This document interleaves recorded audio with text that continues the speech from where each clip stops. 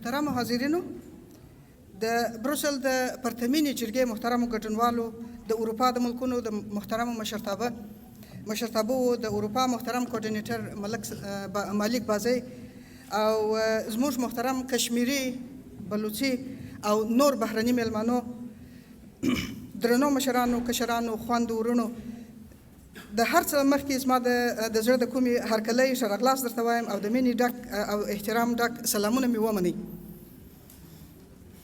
نن سم دی اوري نن موږ تاسې په دغه جرګه کې په ګډون سره خپل وطني، افغاني او ایماني دین ادا کړی دي.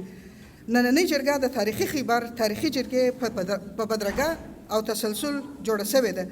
د هغه پریکړو او توصیو چې د اکتوبر په میاشت کې موږ ته شوي دي، دغه د هغه تکرار او د تایید په خاطر دغه جرګه تابع شوې ده. دغه درویشت پریکړې او یوه توصیه عملي کول زموږ د ملت برخلیک تعینوي او یوه روښانه راتلونکي ته لار خلاصوي.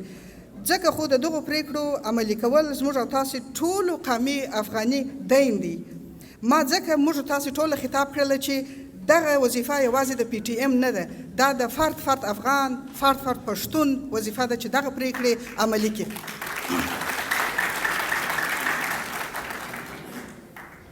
زه نن غواړم چې په دغه پریکړو کې چې یوه پریکړه او یوه توصیه د زموږ تاسو د خویندو په باره کې وه، په هغه باندې لږ رڼا واچوم.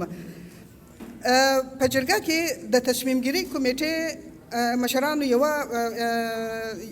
یوه پریکړه او یوه توصیه د نجونو د مکتبونو د تړلو په باب وکړله چې د اوسني چارواکو ته یې دوستانه توصیه وکړله چې دغه د مکتبونو دروازې بیرته خلاصې کړي. دا ځکه چې په دغه 21مه پیړۍ کې د مکتبونو دروازې تړل د نجونو پر مخ باندې د 21مې پیړۍ د تقاضاو سره په شدت سره په تقابل کې دي او موږ تاسې و ټولنې ته د مکتبونو دروازې تړلې ساتل ډېر فجیع عواقب لري او دغه به بیا موږ تاسې یوازې د ټولنې په حیث او د وطن په حیث و دغه عواقبو ته به موږ یوازې ځګار ورکوو. نور هیڅ رقم بهانه نیرنګ د منلو وړ نه دی. د راتلونکي حمل پر 2مه نیټه د ښوونځیو دروازې پرانیزي. د جرګې بله پریکړه د بدیو په حل و فصل کې د نجونو ودونه وه چې ګرانو دوستانو د دغې موضوع وژورې څېړنې ته فکر کوم چې میاشتې ضرورت شته چې باید وڅېړل شي. صرف یو اړخیز ستاسې سره بیانوم، هغه دغه چې کم سالم عقل دغه مني چې د هغه نفر د خوا څخه چې ته زیانمن شوی یې، د هغه نفر د خوا څخه ستا ته یو نفر راځي په کور کې در سره اوسیږي، ستا نوی نسل در روزي او هغه بدي چې پیښه شوې ده هغه بدي هره ورځ ستا بیرته دوباره در په یادوي. دا یعنی د سالم عقل ډېر مخالف کار دی چې دغه قرباني ښځې هم په دغه اړخ کې هم په هغه اړخ کې ښځې اچوي.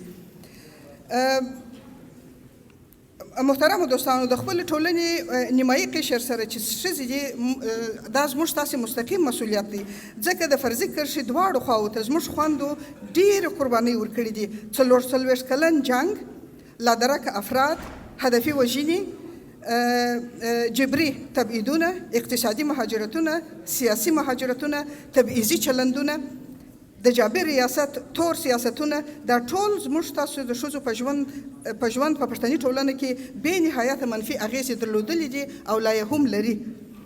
د پی ټي ایم مبارزه یوه مهمه برخه دا ده چې د ښځو رول ته په کورنۍ، ټولنه او په مجموع کې قوت ور وبخښي. په دې عرصه کې ذهنیتونه جوړ کړي د پښتنو، د افغانانو او د ټوله منطقې. که څه هم روایت دی چې حق ورکول کېږي نه حق اخیستل کېږي، خو پی ټي ایم مبارزې ډېرو روایتو ته تغییر ورکړی دی. نو دغه مبارزه به هم په دغه شکل کوو چې موږ سره به تاسې فرد څنګ ته ولاړ یاست د یوې روښانې او بسیا راتلونکي په هیله. موږ تاسې د کور د ښځو، خویندو، میندو څخه هیله لرو چې د هرې بې عدالتۍ په مقابل کې غږ پورته کړي او ستاسې څخه هیله کوو چې د دوی سره څنګ پر څنګ ودرېږئ. ځکه دغه وضعیت ته موږ یوازې تغییر نشو ورکولی او دغه وضعیت ته تاسې هم یوازې تغییر نشئ ورکولی. دې وضعیت ته به موږ په ګډه تغییر ورکوو. دا البته دغه لږ کلیشه‌ایي خبره ده خو مګر بیا هم زه غواړم چې یو پله بیا تکرار کړم چې په داخل د تالار کې فرضاً تاسې د حاضرینو په تعداد کې د خویندو او د ورونو شمېر سره مقایسه او تناسب ورکړي بیا په پوهېږئ چې زه پر څه شي باندې غواړم خبرې وکړم. لکه څنګه چې دوستانو بار بار اشاره وکړله چې تاسې خبرې لنډې وکړئ نو زه به هم خپله وینا نور را لنډه کړم. صرف په اخر کې غواړم چې د شهید ګیلمن و متحرې ارواح ته یو شعر ډالۍ کړم. هغه دا چې زه د لاسونو او تندي کرښې هم نه منمه، زه د لاسونو او تندي کرښې هم نه منمه، ته په ما کرښه د ډیورنډ منې مغزه دې نشته؟